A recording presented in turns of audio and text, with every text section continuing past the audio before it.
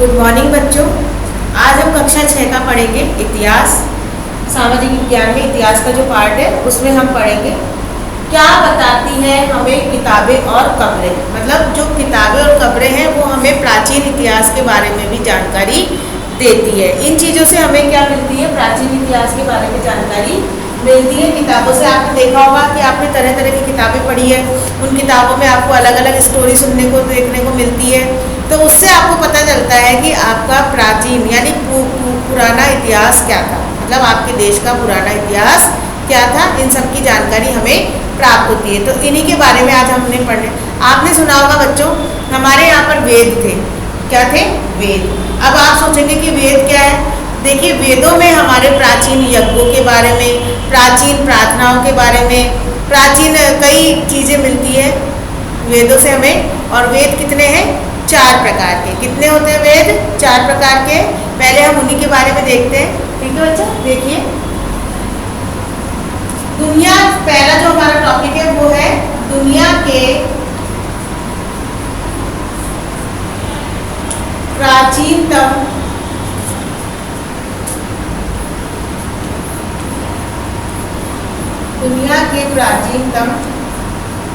ग्रंथों में से एक।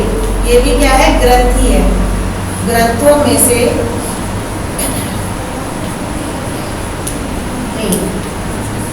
ये हमारा टॉपिक है, दुनिया के प्राचीनतम ग्रंथों में से एक। देखो इसमें हम देखेंगे प्राचीन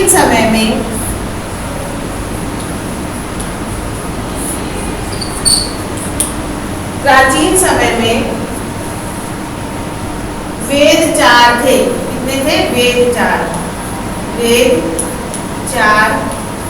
थे। आज भी 4 ही है, ठीक है, 4 थे। पहला था ऋग्वेद,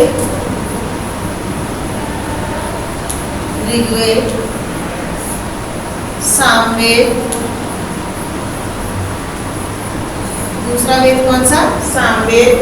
तीसरा था यजुर्वेद।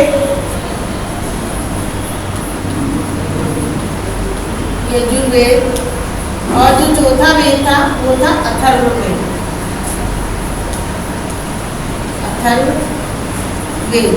तो कितने वेद हो गए बच्चों? 4 वेद। कितने वेद हो गए? 4 वेद हो गए। 4 वेद थे। सबसे पुराना वेद ऋग्वेद है। जो इनमें चारों में है वो सबसे पुराना कौन सा है? ऋग्वेद। सबसे पुराना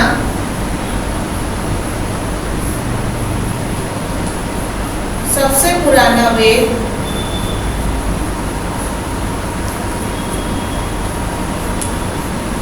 ऋग्वेद है। सबसे जो प्राचीनतम, सबसे जो पुराना वेद है वो कौन सा है बच्चों? ऋग्वेद है। ठीक है। और इस ऋग्वेद जिसकी रचना लगभग 3500 साल पहले हुई थी, जो ये ऋग्वेद है इसकी रचना कितने साल पहले हुई थी बच्चों? 3500 साल पहले। इस वेद की रचना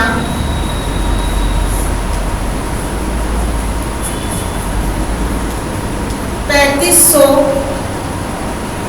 साल पहले हुई थी।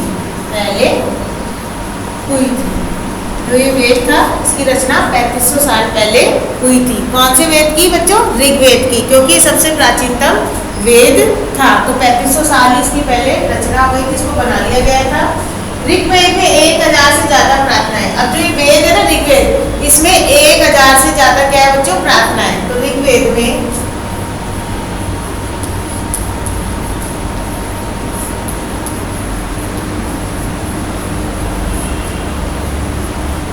1000 से ज्यादा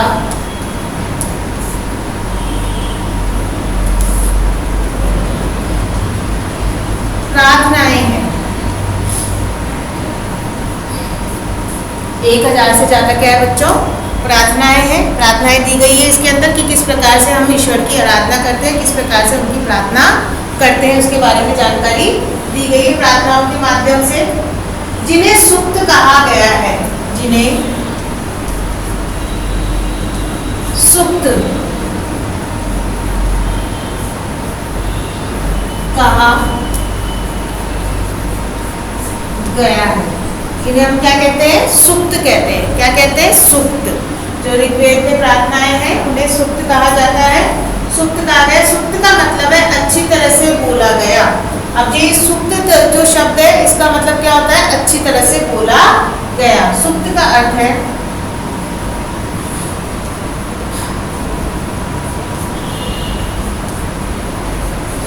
सुक्त का अर्थ है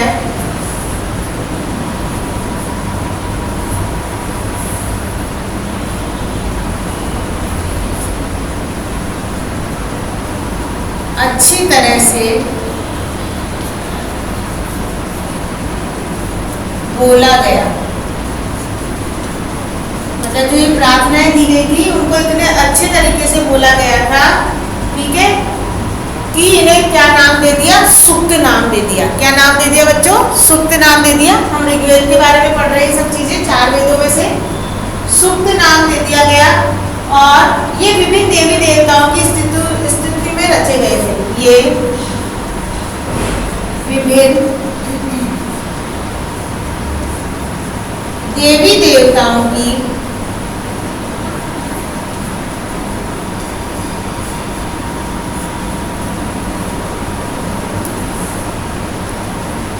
स्तुति में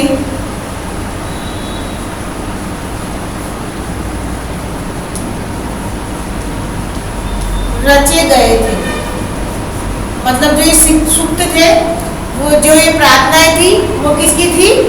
विभिन्न प्रकार के देवी देवताओं की प्रार्थनाएं थी। समझ में आया? विभिन्न प्रकार के देवी देवताओं की प्रार्थनाएं थी। और देखो बच्चों, इसमें इनमें से 3 देवता बहुत महत्वपूर्ण थे। इनमें से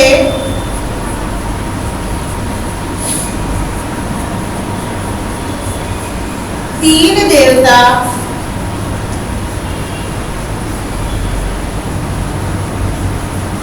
बहुत महत्वपूर्ण थे।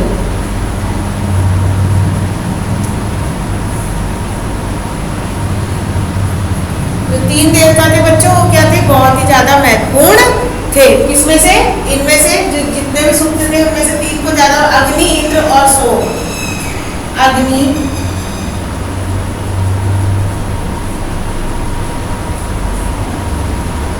इंद्र और सोम। ठीक है, तो हमने ऋग्वेद में क्या देखा? ऋग्वेद के अंदर हमने देखा बच्चों कि जो ऋग्वेद है सबसे प्राचीनतम ग्रंथ है, सबसे पुराना ग्रंथ है। इस वेद की रचना 3500 साल पहले हो गई थी। ऋग्वेद में 1000 से भी ज्यादा क्या लिखी गई है? प्रार्थनाएं लिखी गई है, जिन्हें कि क्या कहा जाता है? सुक्त कहा जाता है। सुक्त का अर्थ होता है कि अच्छी तरह से बोला गया। मतलब देवी देवताओं को प्रसन्न करने के लिए जो प्रार्थना की जाती थी उसे सुक्त कहा जाता था। ये विभिन्न देवी देवताओं की होती थी, लेकिन इनमें से भी कुछ मुख्य होते थे, कुछ महत्वपूर्ण देवी देवता होते थे, जैसे कि अग्नि, इंद्र और सोम। इन तीनों को अधिक महत्व दिया जाता था। समझ में आया बच्चों? और इसके बाद में देखेंगे, इसी के अंदर ऋग्वेद ही चल रहा है कि अपना, यहाँ तक आपको समझ में आ गया होगा कि किन किन देवी देवताओं की पूजा महत्वपूर्ण रूप से की जाती थी और ऋग्वेद में कितनी प्रार्थनाएं थी और कितने साल पुराना ये ऋग्वेद है। हाँ, तो बच्चों आगे देखेंगे, अग्नि आग के देवता होते थे। जो अग्नि थे, अग्नि आग के देवता, आग के देवता जिनको कि यज्ञ आदि से संबंधित माना जाता था, आग के देवता होते थे। और इंद्र युद्ध के देवता, इंद्र को युद्ध का देवता माना जाता था। इंद्र को युद्ध का देवता। और सोम क्या होता था बेटा? जो सोम है जिसको माना जाता था, सोम एक पौधा था। सोम पौधा था, पौधे की पूजा की जाती थी। सोम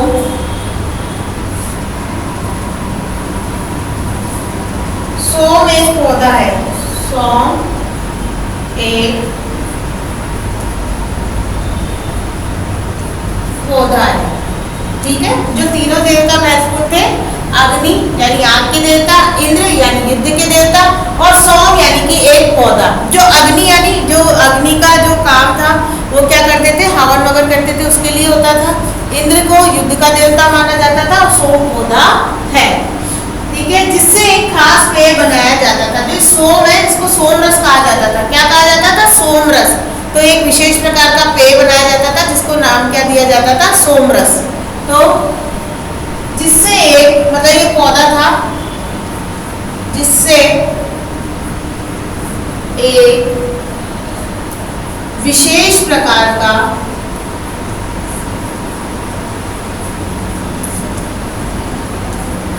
पेय, पेय यानी पीने का, पेय बनाया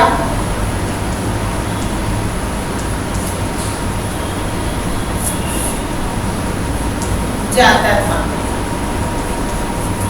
क्या बनाया जाता था, पेय यानी पीने का पदार्थ बनाया जाता था जिसको कि सोमरस नाम दिया जाता था।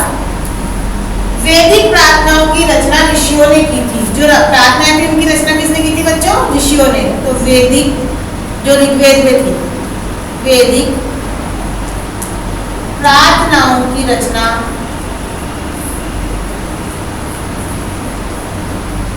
किसने की थी, ऋषियों ने। हाँ, ऋषियों ने की थी।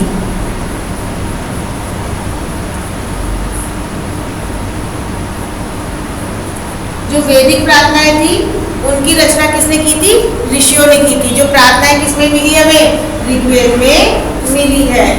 आचार्य विद्यार्थियों को, जो आचार्य हुआ करते थे, जो गुरु हुआ करते थे, आचार्य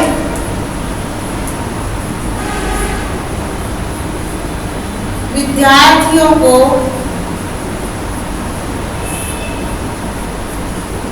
क्या करते थे, अक्षर शब्दों और वाक्यों में बांटकर, अक्षर शब्दों तथा वाक्यों में बांटकर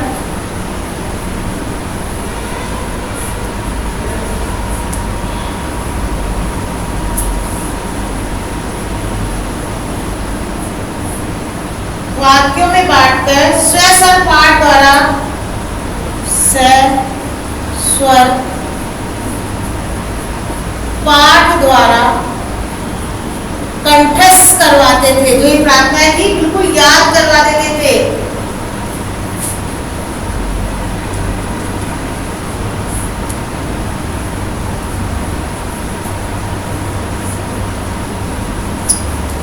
ठीक है ना बच्चे। जो प्रार्थनाएं थी उनको क्या करते थे, जो आचार्य होते थे, जो उनके गुरु होते थे, विद्यार्थियों को अक्षर शब्दों तथा वाक्यों में बांट देते थे। उनको स्वैसर यानी एक साथ क्या करते थे, कंठस्थ याद करवा देते थे। कंठस्थ यानी बिल्कुल बिल्कुल ऐसे बोलते थे एक स्वर में बहुत अच्छे से कि उसको भूल भी नहीं सके।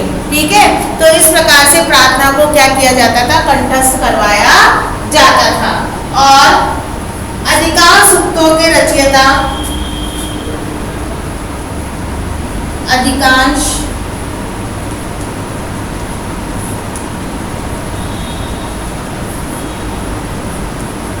सूक्तों के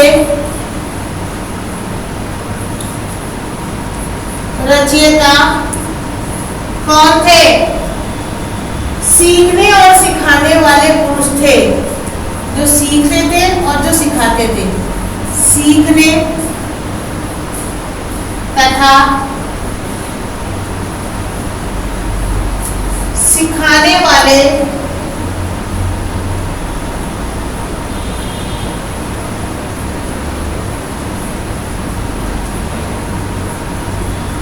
पुरुष थे। मतलब अधिकांश जो सूक्तों की रचना की थी वो किसने की थी, जो सीखते थे और जो सिखाते थे उन्होंने ही कर ली थी। तो समझ गया बच्चों कि अग्नि आग का देवता था, इंद्र युद्ध का देवता था, सोम एक प्रकार का क्या था, पौधा था, जिससे एक प्रकार का पेय बनाया जाता था। वैदिक प्रार्थनाओं की रचना ऋषियों के द्वारा की गई थी। और जो ऋषि हुआ करते थे, आचार्य हुआ करते थे, जो विद्यालय में आने वाले बच्चे थे उनको अक्षरों शब्दों और वाक्यों में बांट करके स्वैसर कंठस्थ करवा देते थे। और जो कुछ प्रार्थनाएं ऐसी थी जिनको कि कैसे कैसे बनी थी वो प्रार्थनाएं सीखने और सिखाने वाले पुरुषों के द्वारा बनाई गई थी। समझ में आया बच्चों? तो इस प्रकार से प्रार्थनाएं बनी। आगे देखेंगे,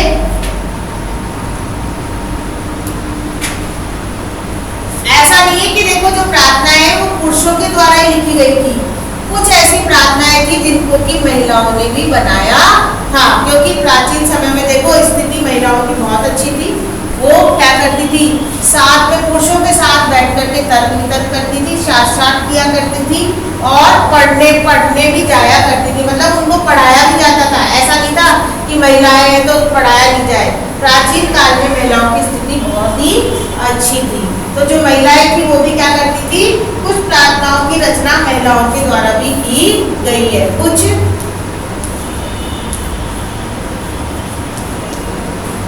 प्रार्थनाओं की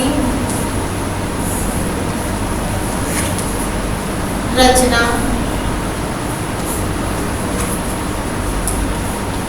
महिलाओं के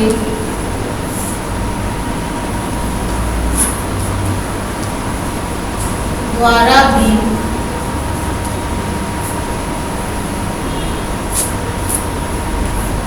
की गई थी।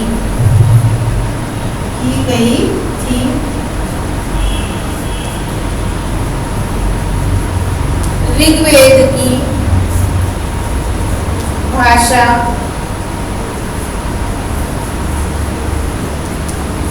प्राक संस्कृत थी।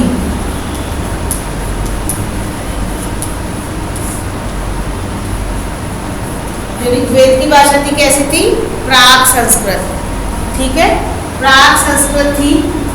ये यहाँ वैदिक संस्कृत कहलाती है। यह है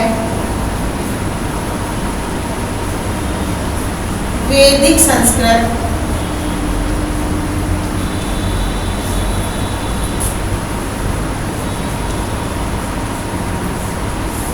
कहलाती है। क्या कहलाती है? ये वैदिक संस्कृत कहलाती है। और जो भाषा बच्चों देखो प्राक संस्कृत और वैदिक संस्कृत वो है, आप विद्यालय में संस्कृत पढ़ते हैं ना, उससे थोड़ी सी ये क्या थी, अलग थी। ये जो संस्कृत थी थोड़ी सी क्या थी, अलग थी।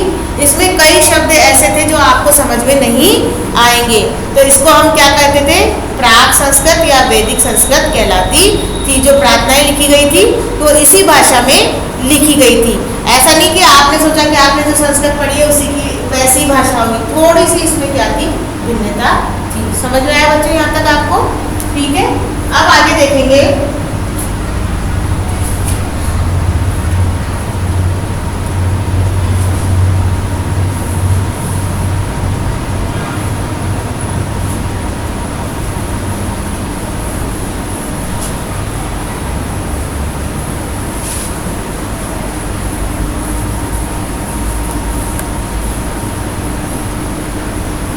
थोड़ा सा भाषा के बारे में जानकारी कर लेते हैं, संस्कृत और अन्य भाषाएं।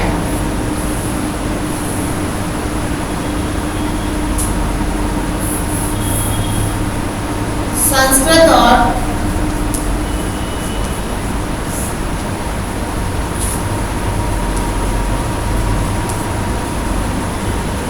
अन्य भाषाएं। संस्कृत और अन्य भाषाएं, इसके बारे में देखेंगे। संस्कृत और अन्य भाषाएं। संस्कृत भाषा, जो संस्कृत भाषा है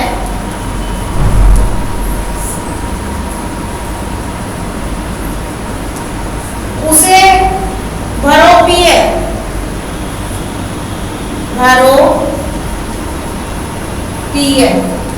भरोपीय का मतलब जाने आप बच्चों? भरोपीय कैसे बनाई? भरोपीय भारत और यूरोप से मिलकर के भरोपीय बना। क्या बना? भारत और यूरोप से। भारत और यूरोपीय, इन दोनों से मिलकर के भरोपीय बना। ठीक है, संस्कृत भाषा भारोपीय भाषा परिवार का हिस्सा है। भाषा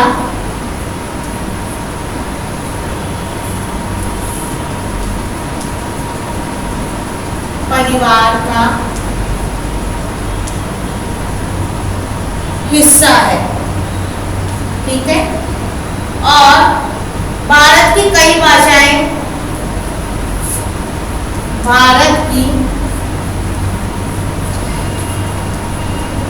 कई भाषाएं जैसे कि आसमी भाषा, गुजराती भाषा, बंगाली भाषा, पंजाबी भाषा, ठीक है, अलग अलग तरह की जो भाषाएं हैं, सिंधी भाषा, फारसी, यूरोप की कई भाषा जैसे कि अंग्रेजी, फ्रांसीसी, जर्मनी, एक भाषा परिवार इसलिए कहा जाता है। इन सबको क्या कहा जाता है? भाषा परिवार कहा जाता है। जो अन्य अन्य जगह की भाषा है ना, उनको सबको क्या कहा जाता है? भारत की कई भाषाएं हैं जो विभिन्न प्रांतों से ली गई है, विभिन्न प्रांतों की है, या विभिन्न जैसे यूरोपीय भाषा है, इसमें यूरोपीय में अलग अलग प्रकार की जो भाषाएं थी यूरोप में, अंग्रेजी, फ्रांसीसी, जर्मनी, यूनानी, इटालियन, स्पेनिश, ये सब परिवार से जुड़ी हुई है। उन्हें एक भाषा परिवार इसलिए कहा जाता है क्योंकि आरंभ में उन्हें कई शब्द एक जैसे थे। आरंभ में इन सब के क्या थे? शब्द एक जैसे थे। तो भारत की कई भाषाएं अन्य देशों की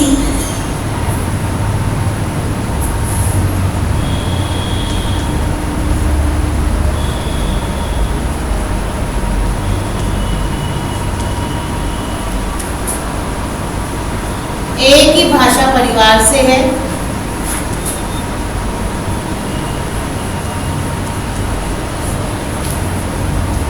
क्योंकि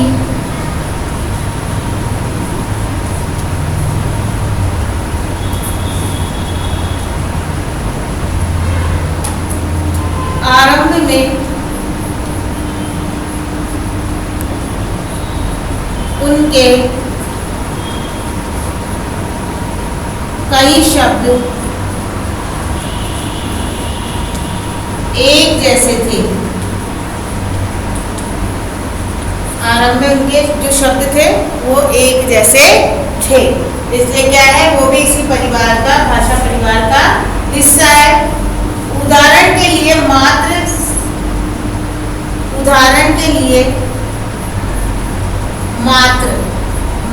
जब हम लिखते हैं तो इसका अर्थ क्या होता है? संस्कृत में माता क्या होता है? संस्कृत में इसे क्या कहा जाता है? मात्र कहा जाता है। और वैसे इसका जो अर्थ होता है वो क्या होता है? माँ। समझ में आया बच्चों?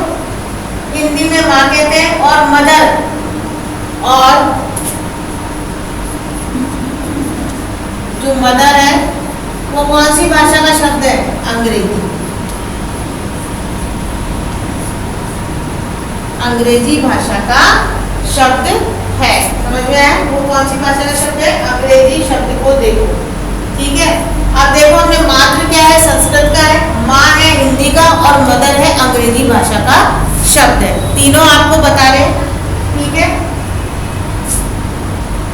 दूसरे भाषा परिवारों को भी भाषाएं बोली जाती थी। हम देखो, जिस किताब को या पढ़ते हैं, लिखी छापी गई है, उसमें क्या किया जाता है? उसमें भाषा को पहचान, उसमें हम भाषाओं की सूची को बनाते हैं और भाषाओं को पहचानने की कोशिश करते हैं। तो हमने ये भाषा के बारे में पढ़ा क्योंकि संस्कृत भाषा के बारे में इसमें आ गया था बीच में, इसलिए अब हम वापस इसी में लौट आते हैं। दुनिया के प्राचीनतम ग्रंथों में से एक ऋग्वेद को ही हम कंटिन्यू करते हैं। तो आपको मैंने भाषा के बारे में कुछ समझाया। आ रहा है ना बच्चों आप लोगों को समझ में? फिर भी अगर किसी को कुछ समझ में नहीं आए तो आप लोग मेरे से पूछ सकते हैं। अच्छा लेसन है, हमारे वेदों के बारे में हमको जानकारी प्राप्त हो रही है।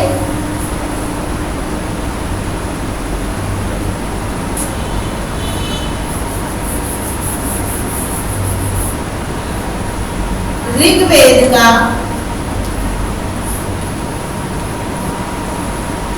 उच्चारण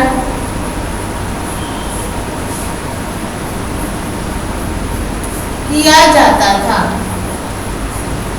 जो प्रार्थनाएं लिखी गई थी इसके अंदर, उनको क्या किया जाता था? उच्चारित किया जाता था। ठीक है, उच्चारण किया जाता था और श्रवण भी किया जाता था। और श्रवण यानी सुनना, श्रवण भी किया जाता था, सुना जाता था, न कि पढ़ा जाता था, न कि पढ़ा जाता था। आपने देखा ना, जो कौन होते थे, आचार्य होते थे, वो बालकों को कंठस्थ से करवा देते थे। तो इसका क्या किया जाता था, उच्चारण किया जाता था, श्रवण किया जाता था, न कि इसको पढ़ा जाता था। रचना के कई सदियों बाद इसे पहली बार लिखा गया। रचना की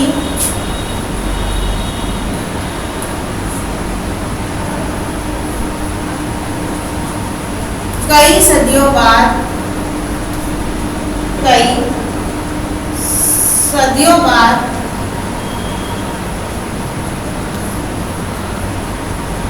इसे पहली बार पढ़ा गया। पहले तो क्या होते थे, जो आचार्य हुआ करते थे, जो भी इसमें प्रार्थनाएं होती थी वो बुलवाते थे, तो बच्चों को कंठस्थ हो जाती थी। लेकिन कई सदियों बाद इसे पहली बार क्या हुआ था, इस रचना को, ऋग्वेद की रचना को पढ़ा गया था। ठीक है, पढ़ा गया था। इसे छापने का काम तो मुश्किल से 200 साल पहले हुआ। इसे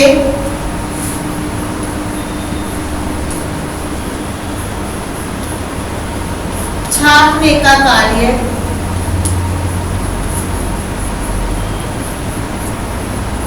मुश्किल से 200 साल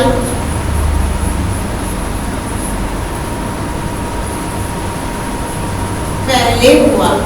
मतलब इसको बड़ी मुश्किलों से छापा गया, क्योंकि कई चीज़ें इसमें प्राप्त हुई, कई चीज़ें नहीं मिली। तो कुछ चीज़ों को देख के, उसको कई चीज़ों को प्राप्त करके, और इसको 200 साल पहले क्या किया गया बच्चों, छापा गया। और इसको कई सदियों बाद पहली बार पढ़ा भी गया। समझ में आया यहाँ तक आपको? अब हम देखेंगे कि जो इतिहासकार होते हैं ना बच्चों, वो ऋग्वेद का अध्ययन किस प्रकार से करते हैं। ये तो हमने देखा कि प्राचीन काल में किस प्रकार से अध्ययन किया जाता है। अब इतिहासकारों ने ऋग्वेद का किस प्रकार से अध्ययन किया था, उसके बारे में हम पढ़ेंगे। हाँ, इतिहासकार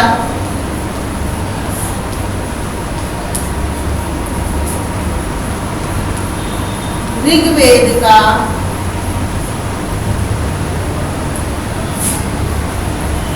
अध्ययन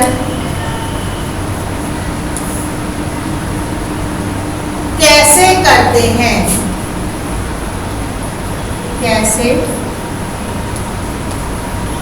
करते हैं, प्रश्नवाचक, कैसे करते हैं। जो इतिहासकार होते हैं वो ऋग्वेद का अध्ययन कैसे करते हैं, इसके बारे में हम देखने जा रहे हैं। जो इतिहासकार होते हैं ना बच्चों, वो क्या होते हैं, जो पुरातात्विक होते हैं ना, उन्हीं के अनुसार ही क्या करते हैं, इतिहास का अध्ययन करते हैं। अब देखो, अतीत के बारे में जानकारी इकट्ठी करते हैं। इतिहासकार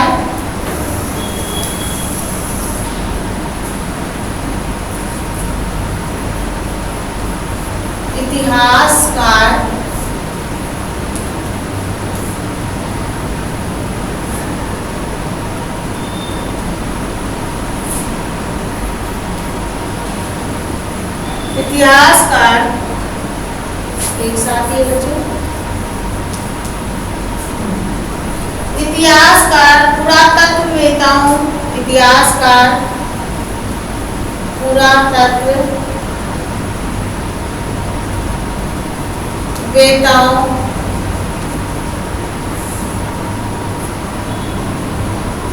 की तरह ही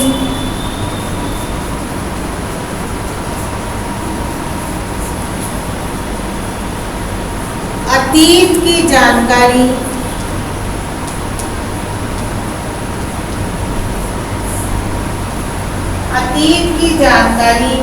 इकट्ठी करते हैं।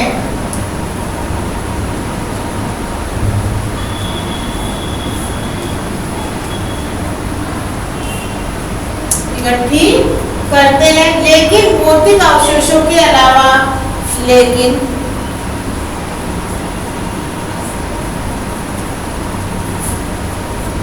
भौतिक अवशेषों के अलावा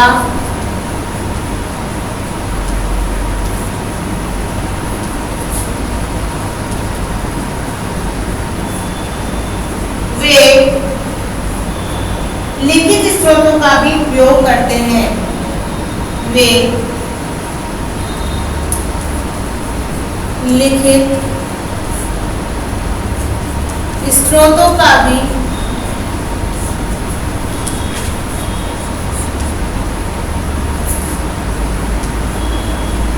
अध्ययन करते हैं।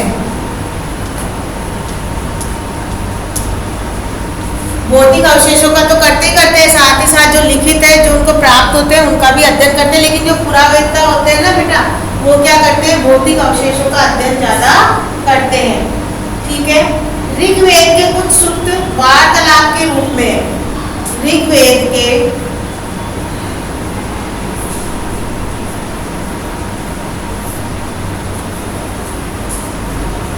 कुछ सूक्त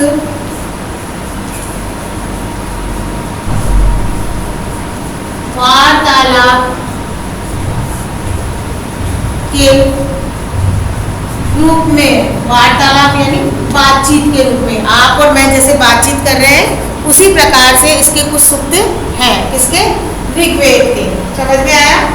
ऋग्वेद के कुछ सूक्त वार्तालाप के रूप में, विश्वामित्र नामक ऋषि,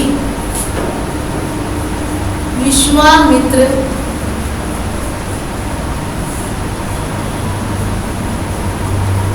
नामक, जो कौन थे? ऋषि।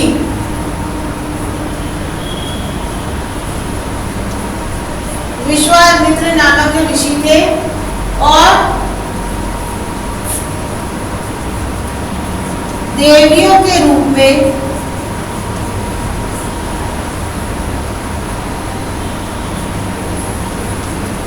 देवियों के रूप में पूजित दो नदियां, पूजित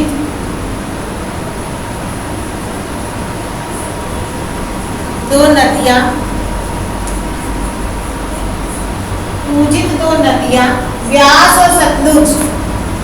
कौन सी नदियां? व्यास और सतलुज नदी, दो नदियां सतलुज के बीच, यह के बीच यह संवाद, यह संवाद एक ऐसे ही सूक्त का अंश है, एक ऐसे ही सूक्त का अंश है। देखो बच्चों, जो इतिहासकार होते हैं वो पुरावेताओं की तरह ही अतीत की जानकारी इकट्ठी करते हैं। जो पुरातात्विक होते हैं वो भौतिक अवशेषों को ज़्यादा ध्यान में रखते हैं, उनसे ज़्यादा जानकारी प्राप्त करते हैं। लेकिन जो इतिहासकार होते हैं ना, वो स्रोतों से भी जानकारी प्राप्त करते हैं। लेकिन ऋग्वेद के कुछ सूक्त ऐसे थे जो कि संवाद में थे, वार्तालाप में थे। जैसा कि एक इसमें उदाहरण बताया गया है कि विश्वामित्र और व्यास और सतलुज नदी के बीच में क्या था? संवाद हो रहा था, यानी वार्तालाप हो रही थी। इससे भी उन्होंने एक सूक्त की क्या कर दी थी? रचना कर दी थी।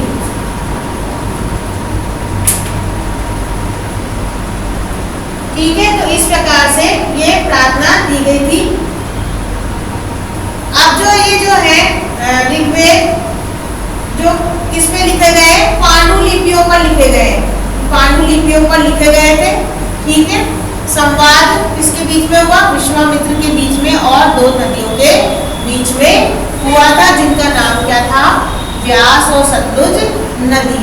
जो क्या करती है? प्रार्थनाएं कर रही है। किसकी? देवताओं की। इसके बारे में वो संवाद करती है, यानी बातचीत करती है। अब देखो ऋग्वेद की पांडुलिपि,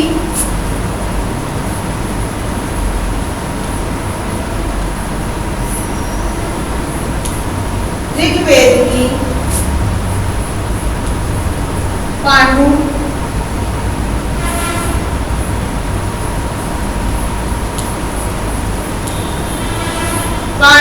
लिपि भूर्ज वृक्ष की छाल पर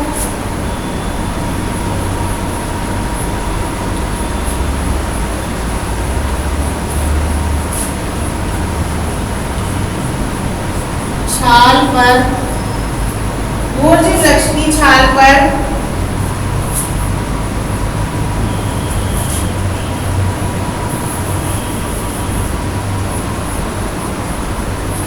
लिखी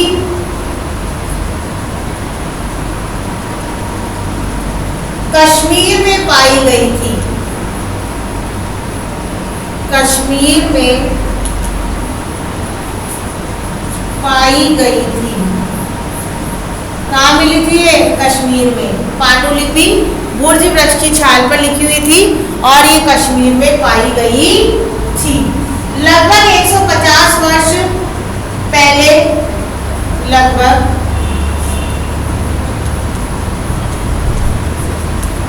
150 वर्ष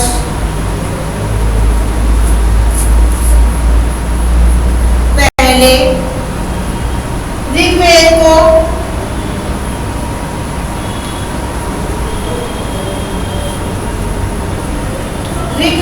को सबसे पहली बार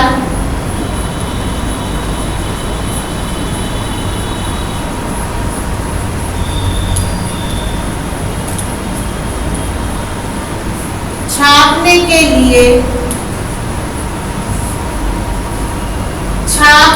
लिए इसका उपयोग किया गया था। इसका उपयोग किया गया था। समझ में आया बच्चों? ये क्या होते थे? भुज जो वृक्ष होते थे उसकी ताल छाप के जो पत्ते होते थे उन पर लिखी गई थी सारी ऋचाएं और लगभग 150 वर्ष पहले ऋग्वेद को सबसे पहली बार छापने के लिए इस ऋचा यानी कि इस रचना का प्रयोग किया गया था, जो कि किसके ऊपर लिखी गई थी? भुज वृक्ष के पत्र छाल के ऊपर लिखी गई थी। समझ में आया बच्चों? तो पहली बार उपयोग किया गया था। इसी पांडुलिपि को देखकर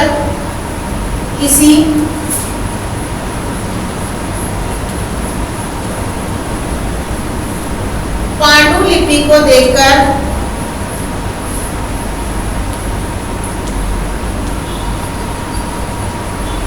अंग्रेजी में भी अनुवाद किया गया है। अंग्रेजी में भी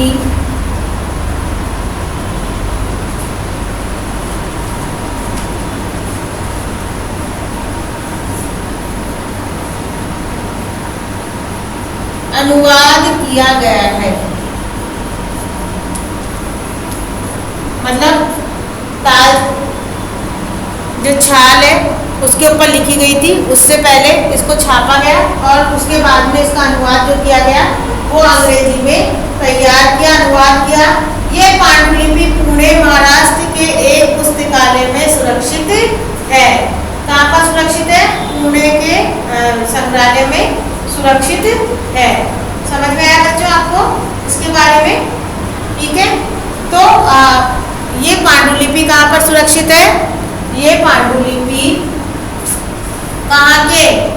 महाराष्ट्र के पुस्तकालय में, पुणे और महाराष्ट्र के पुस्तकालय में क्या है? सुरक्षित है। ठीक है। और कई बार अब जो पढ़ेंगे हम मवेशी, घोड़े और रथ, ये अगले उसमें पढ़ेंगे, टॉपिक में अगले भाग में पढ़ेंगे। ये आपका हो गया भाग पहला, इसका भाग फर्स्ट। ठीक है, ये इसका भाग फर्स्ट हो गया जो हमने पढ़ा। क्या पढ़ा हमने? क्या बताती है हमें किताबें और कब्रें, इसके बारे में हमने क्या प्राप्त की? जानकारी प्राप्त की। और जो अगला पढ़ेंगे हम इसमें ऋग्वेद का ही पढ़ेंगे कि ऋग्वेद में और क्या क्या चीजें थी, कि क्या होता था और ऋग्वेद में। ठीक है, उसके बारे में पढ़ेंगे। फिर उसके बाद में जो इसमें बताया गया है कब्रों के बारे में भी हम जानकारी प्राप्त करेंगे। अभी तो हमारा क्या चल रहा है बच्चों? ऋग्वेद ही चल रहा है। क्या चल रहा है? ऋग्वेद ही चल रहा है। तो ऋग्वेद में हम फिर ये जानकारी प्राप्त करेंगे।